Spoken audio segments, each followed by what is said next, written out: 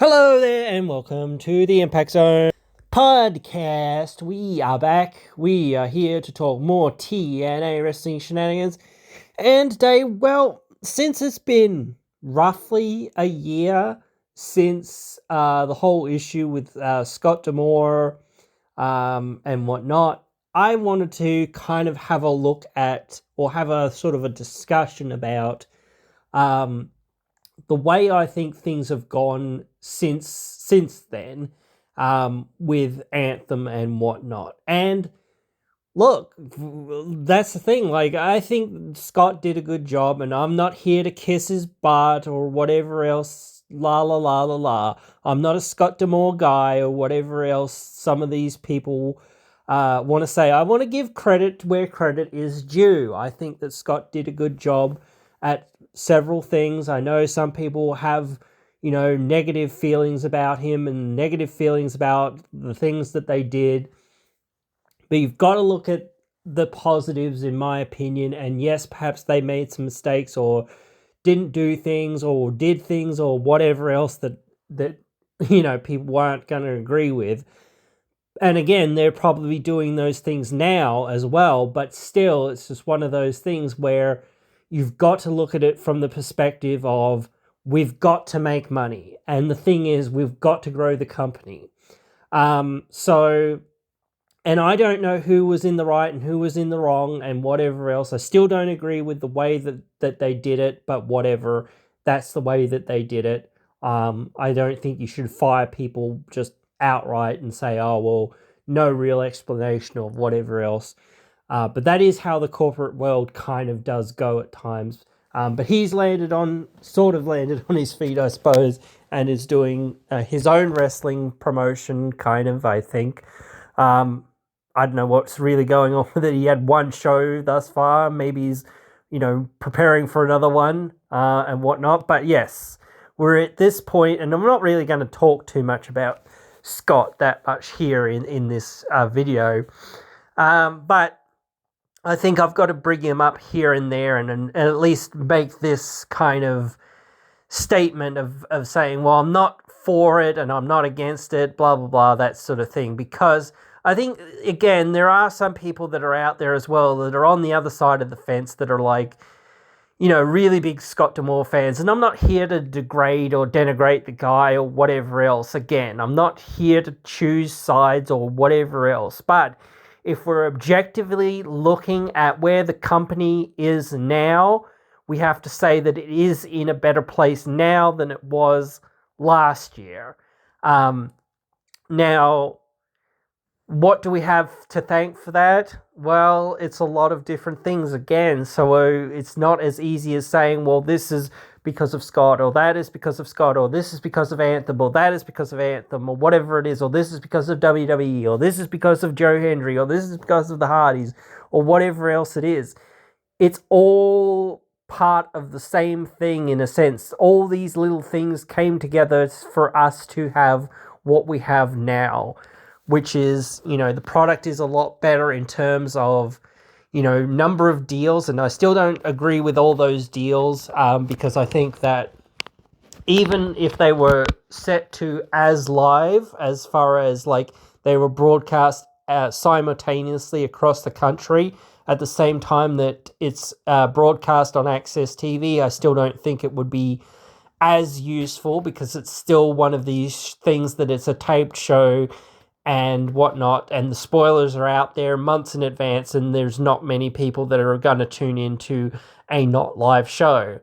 Yes, sometimes they might, but if it's taped months in advance or whatever it is, it's just not going to be a good thing. So not going for that is, well worth the time to, really reconsider and that kind of thing. It's not worth, this whole rigmarole or whatever, But yeah. So yeah, we looking at where we're at, I guess, now. And like that's the one thing that there was a lot. I think we felt a lot of concern about what Anthem's goals were, whether they would line up with what the fans' goals were for TNA. I still don't know how kind of like secure we are with some of these things with Anthem as far as things are going. But the thing is, that's what the one thing that you've kind of got to give to them is the fact that from a business perspective, the growth of the company is the number one priority. Being able to get out there and make money is the number one priority of these corporations. So them understanding what their brands like, and I'm not just talking about TNA. They have a lot of different acquisitions. They have their own version of UFC, Invicta.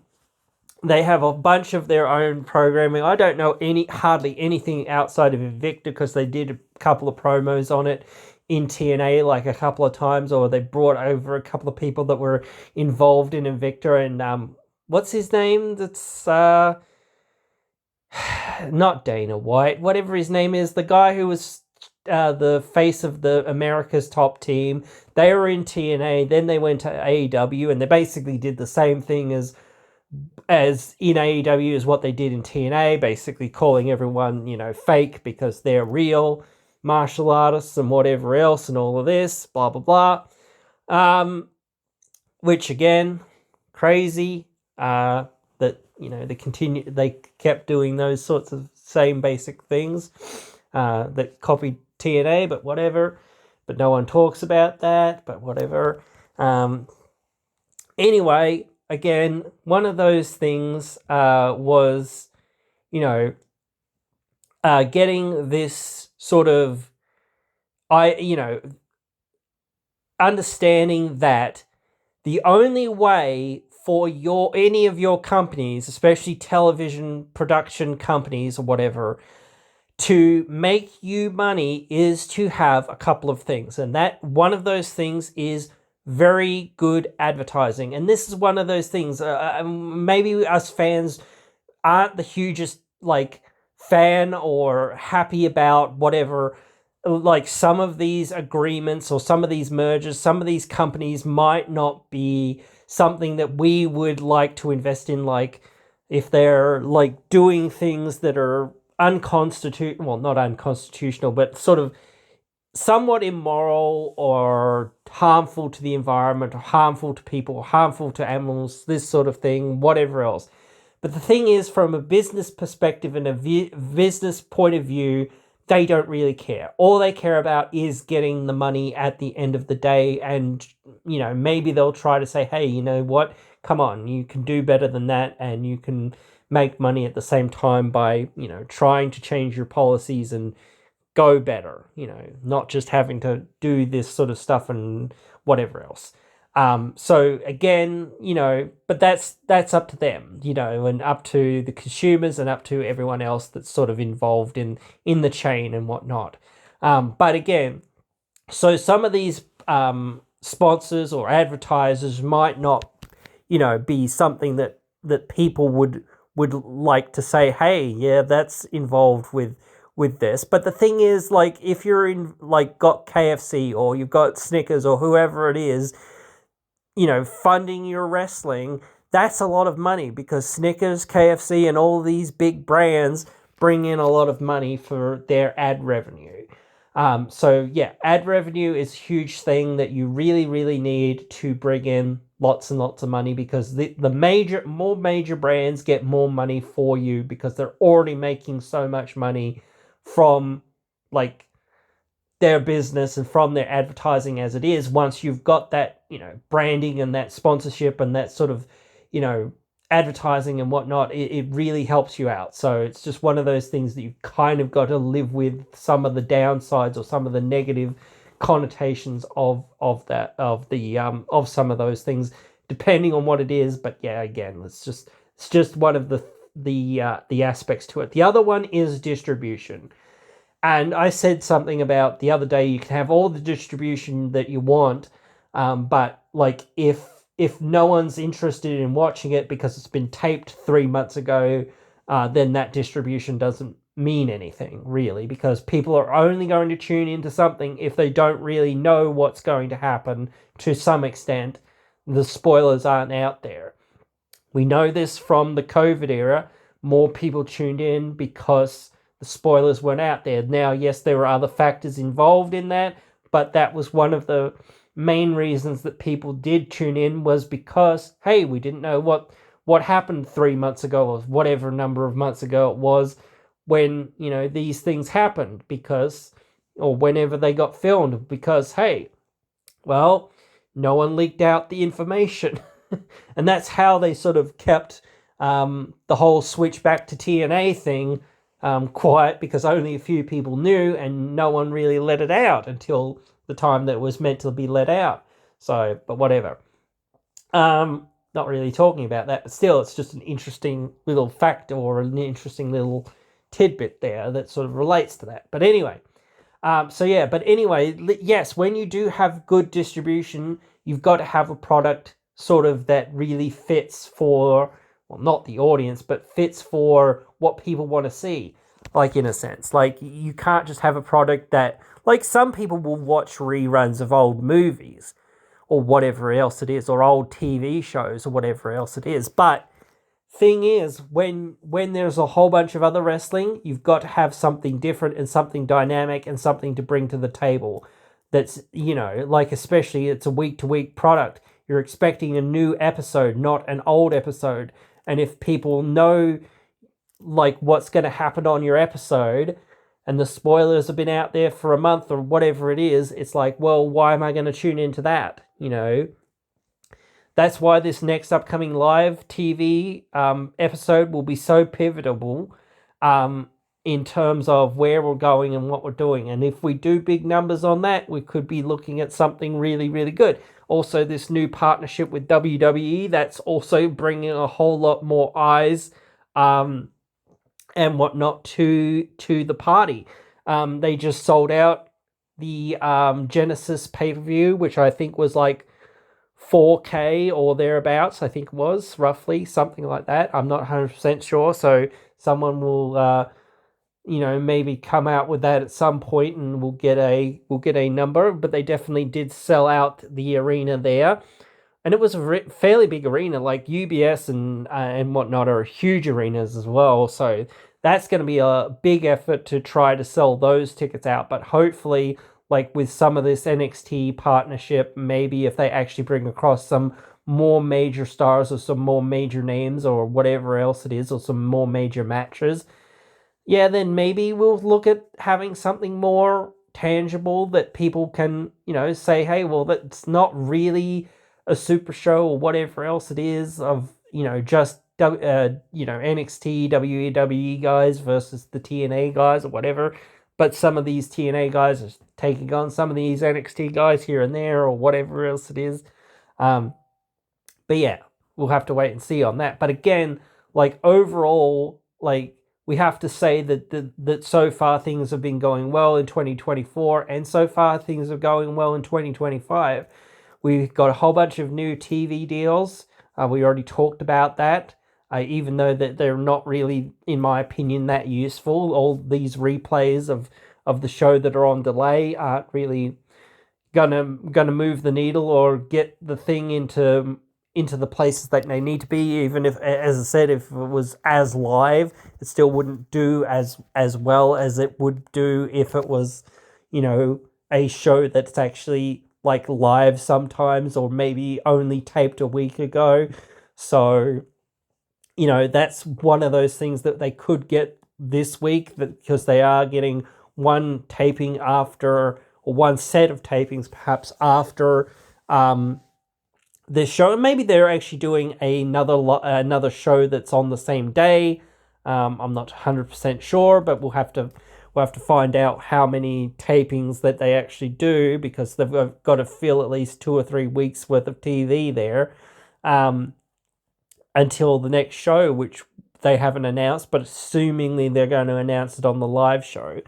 But still, we've got to find that stuff out. And we still don't know about the The show's in February to March and whatnot, so we've got to find out about that. There's a lot to look forward to on the TNA space in some regards. There's the Nick Nemeth Joe Hendry rematch. At this point, I feel like you've got to think about, well, what are we doing with Nick Nemeth? Is he going to stick around? What for? He's put over Joe Hendry now, and there's a few people on the roster that you can start saying that he could work with and put over, but the number one person, in my opinion, that he could put over is his brother Ryan. That's the number one person. I sort of feel like Ryan's gonna turn on Nick now, and start to try to go out on his own so that he can win the title off Joe Hendry or whatever else it is. I feel like maybe he'll make Nick turn heel. Maybe, I don't know. Maybe, I don't know. We'll have to wait and see on that. But again, so there's still a lot of potential for a lot of good stuff there, and a lot of good gates, and a lot of big paydays coming. And I think I was feeling like Kazarian was going to cash in, like I said, and extend the story. But I think it's a good time to kind of, put a cap on it, and it's sort of starts this new era of TNA in a good way. And I think I don't know, it's tough because you're never going to please everyone. And this is the thing. I advocated for them to, hold off onto it if they could, but that's up to them. That's 100% up to them. I wouldn't have been sad to not see Joe win, but I understand why he won, and I'm perfectly fine with him winning. But I always think that not resource denial, but that resource denial, that fulfillment denial is kind of like a slippery slope. It's really hard to know, sometimes, is this the right time to pull the trigger sometimes? And I think in some ways, yes, it was the right time to pull the trigger. I think the story deemed that this was the perhaps right time to pull that trigger. But I do still feel like you need to pivot away from this as quickly as what you can.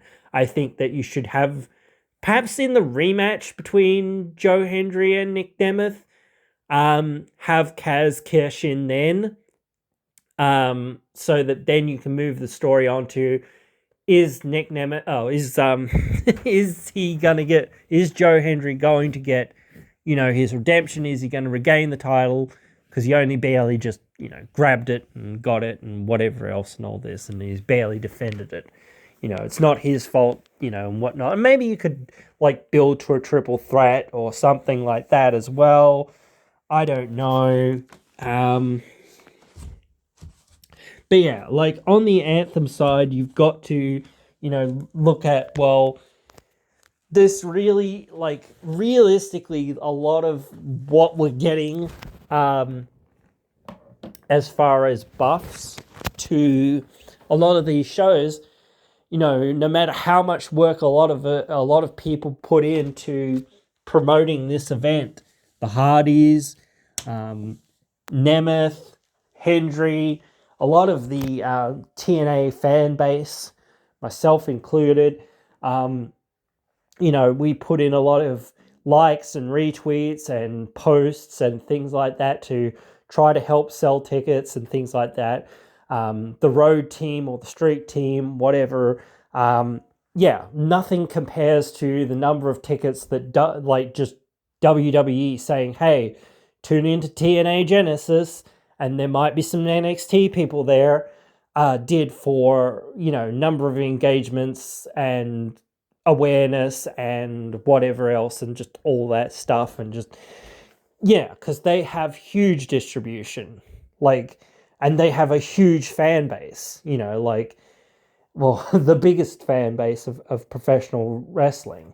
So even NXT, even though it's the third the smallest brand, the third brand, it still has a way bigger, fan size than what TNA does. And it probably always will do. You can always talk about the NXT golden years. I think right now they're pretty good as far as like what they actually present, but I do think that they do lack star power. That is one thing. They're trying to build that. It's a slow process. Like 6 years ago, or whatever it was, TNA didn't have much star power. There were a couple of people that were kind of standout people and whatnot that you could kind of point to and say, oh, yes, that's a person that, is going to become a star very soon. Like, Sammy Callahan, Brian Cage, a couple of these other people that were there in those days and whatnot. And then you could look at guys like, Ace Austin and Trey Miguel and say, hey, they're probably the future. And look at this guy, the walking weapon. He's pretty good. When he gets out of the tag team division, he might be a good single star and things like that. And we've still got Moose, we've still got Eddie Edwards. Oh, and, then Eric Young came back and, that sort of thing. And then you got Kaz and coming back. And then you've got like guys like Speedball Burke Bailey, even though I'm not the biggest fan of his or whatever, but still, like, he was still a, very good athlete and a very good professional wrestler, and like you could still use him in a division that helps build up other wrestlers and performers. Kushida I wasn't the biggest fan of, but again, really great wrestler. You can really use guys like that to help elevate other guys that that are in your division. Same with Kevin Knight. Really, really liked him though. I think he had a great amount of charisma. Like, and you look at guys now like Leon Slater, amazing young kid now that has the world ahead of him. Like, what is he gonna do? And like that's the thing. Like, you can't have a too bloated roster, but when you have a too thin roster, it's just as detrimental. So we have to hope that not only are they going to open the purse strings just a little bit, or just say, hey, again, something that I said that TNA should do is say, hey, right, well, we're not sending you our money anymore because you don't spend it on us. We need to spend money on this. We need to spend it on lighting. We need to spend this on this. We need to spend this on cameras. We need to spend this on production. We need to spend this on talent because we need more talent. And yes, maybe losing a few of these big name talent is bad, but again, you can rebuild. You can find some other talent. You can bring them in and you can say, okay, let's try to do something with this person and see what we can do with this person. Some people don't get over and some people don't work. But that's the thing, you've got to experiment and you've got to try and you've got to see what's going to work or what people are going to respond to, even just a little bit, or what people enjoy. Oh yeah, that was fine. I enjoyed that. Rosemary's cool and whatnot. And she has she's really creative and whatnot and all of this. People, might not be the biggest fan of somebody, but they go, oh man, they actually did something really cool with them there, like Speedball Bailey, like I said. I'm not the biggest fan of his or whatever, but I think the storyline that they were leading into Slammiversary with and the match that they had there was really good. And like everything that, all the presentation was there for that. I think like the post Slammiversary pitch or what they were going to do with him, I don't think they really thought through and all of this, but whatever, that is what it is. And again, the presentation thereafter was a bit dull because they, like, again, you've put it on a babyface and you don't have many people for him to fight. So it's like, well, should have been thinking, okay, well, why are we going to, put him in a position where he hasn't got anything to do after, we've put all this effort, and energy and same with a lot of other things. It's like, well, why you not do anything? You've got to be doing these things, or you've got to be trying to do these things, or you've got to be saying, right, when do we have TV time for this? Where do we have time for that? You've got to find time for everything, and you've got to squeeze things in. that's something that they do on the production side or on the booking side or whatever else. But, like, again, if you don't have Josh Alexander anymore, you don't have Jordan Grace anymore, like, it is really tough to say, well, what are we going to do? We can't just bring back people like Kylan King or whatever else it is. I would still like to see her come back, or somebody like Savannah Evans, without, like, saying, okay, well, we've still got to invest time and energy in them because they aren't a, like, proven main event person. We still have to have some main event people here so that we, can, have these programs and these feuds and these things that are on that level, are on that page, are on that perspective for people to sink their teeth into, or for the fans to sink their teeth into when it comes time to the next major show. I feel like, again, you've got to have Tessa Blanchard versus, Marsha. Maybe, I don't know, or maybe it's Slammiversary, I don't know. And again, I don't know how long Tessa's going to be in the company. I think she's probably a couple of major shows person. She might just be here to Bound for Glory, or maybe till the end of the year. And then she's probably going again. Like, I don't know. But again, we'll wait and see. So, like, who else is on the indie circuit besides, like, Baron Corbin and maybe Matt Riddle that are major stars that you could invest in? And I don't think there's any interest in investing in Matt Riddle, since he said, hey, you guys didn't pay me, even though they did, or whatever it was. But yeah, nah. I think the kind of burnt a bridge there, and maybe Corbin is debuting, maybe somebody else is debuting. We don't know what this 23 thing is, so we might have to revisit this in a bit. But again, it's probably just one person or one tag team, maybe, or maybe one faction. I don't know. But again, at some point, you've got to look at saying that, we've got to bring in more people. And because we can't just have these 5 or 6 people, feud with no one. And then go back to going, well, who are they going to feud with? Well, they have to feud with the same people that they were just feuding with, because we don't have anyone else for them to feud with. Or we have to feud them with jobbers, effectively, that's no purpose, because it's like, well, there's no drama there because people know that these people aren't going to win. So it's like, and that's another thing in the, build up for Rosemary. It was like she never even really won that many matches, really. She didn't win a match against Jordan.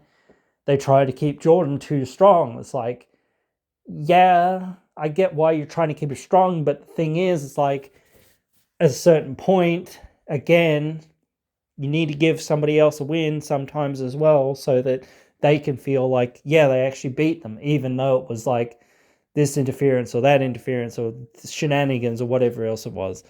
But yeah, that's another thing that's sort of on that side of things. But this is something that Anthem can control, which is the money side or the promotion side.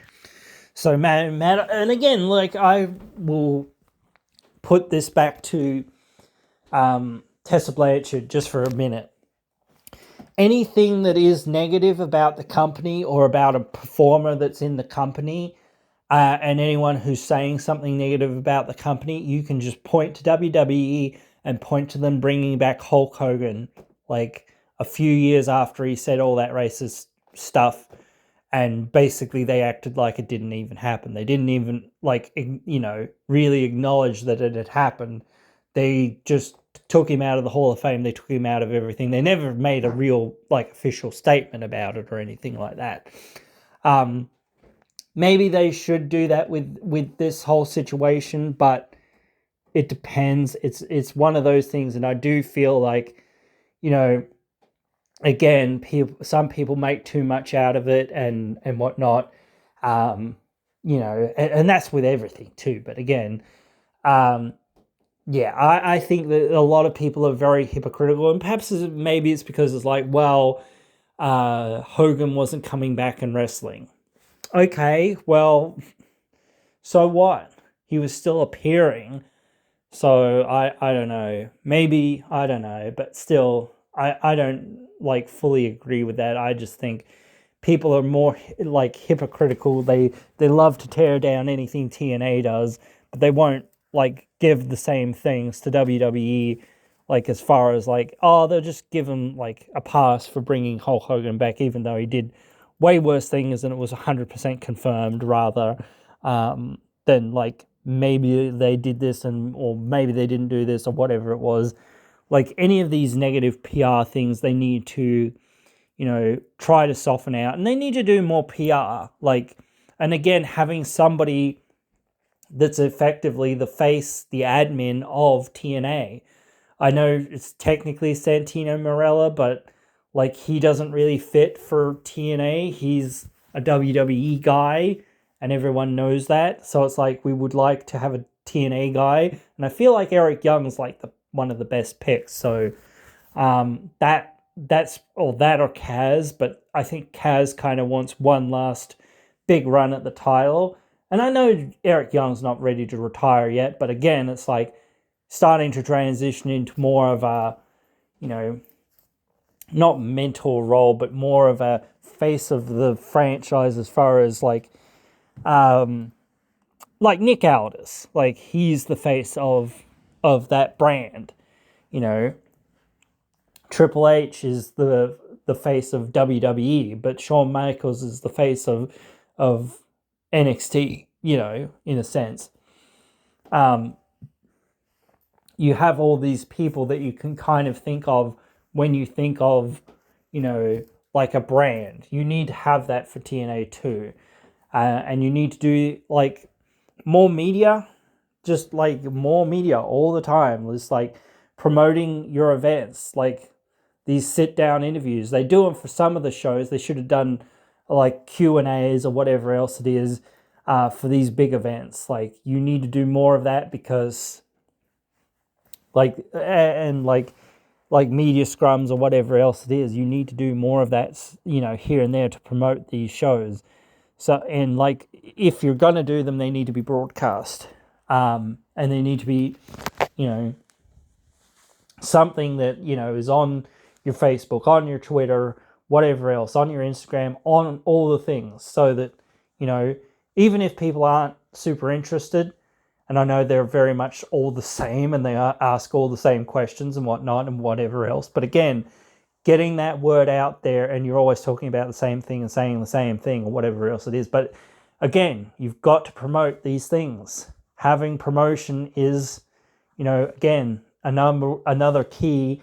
And if they're having these promotions on their local radio or on their local TV or whatever else it is for TNA, then it's like, or for anything that's happening, it's like, well, then also they need to carry this. So it's part of the package of like, well, we're going to be in Dallas and we want to see what media releases we can get for the Hardys promoting this.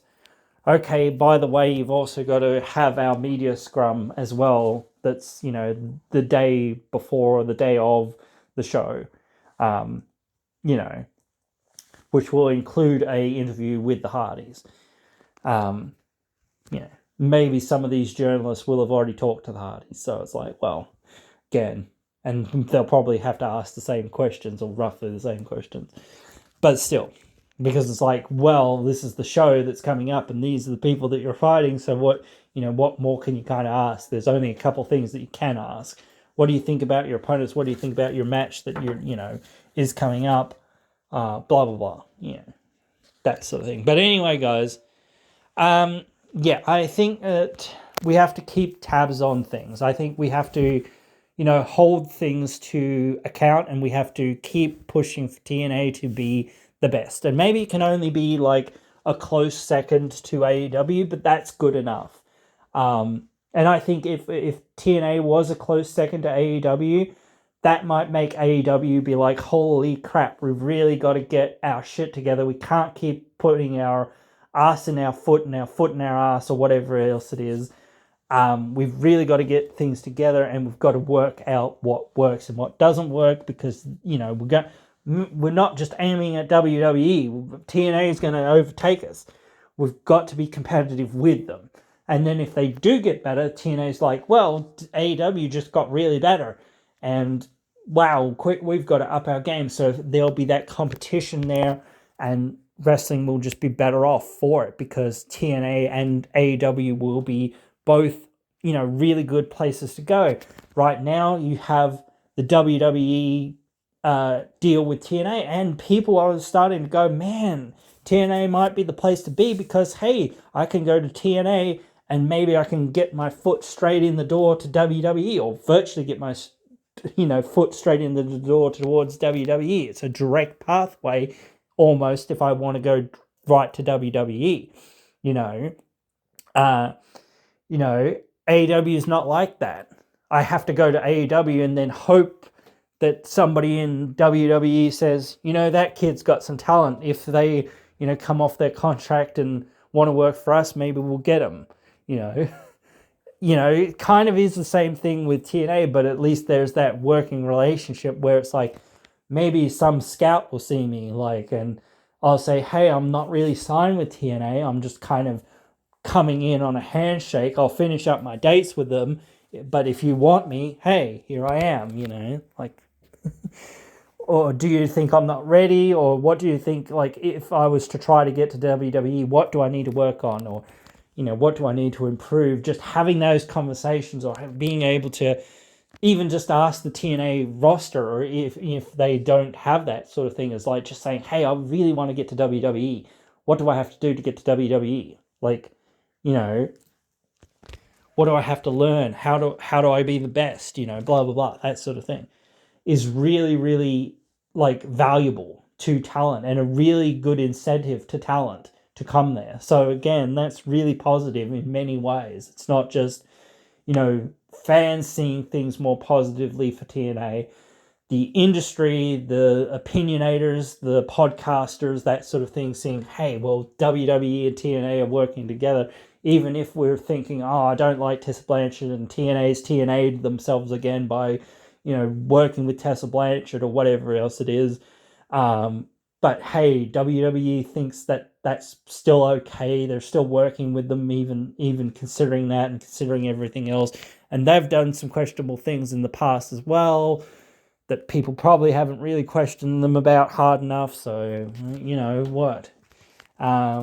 Maybe we should lay off and just let it be, because the people that were involved have basically let it be, and it's just other people are just harboring hard feelings on this specific thing for no real reason. So, yeah, but we've got to look at all those things. We've got to look at it from the angles, and you've got to consider that people are, people, and people make mistakes or whatever else it is.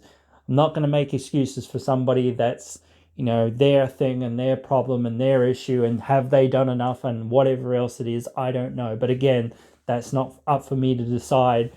If it brings in more money, if it brings in more views, if it does good things for the company, at the end of the day, unfortunately, you've got to say that it is a success. Even if it is a negative thing in some ways, like I was saying about animal treatment, pollution, blah, blah, blah, these other things. It's like, yes, these things aren't good, but at the end of the day, they're making money.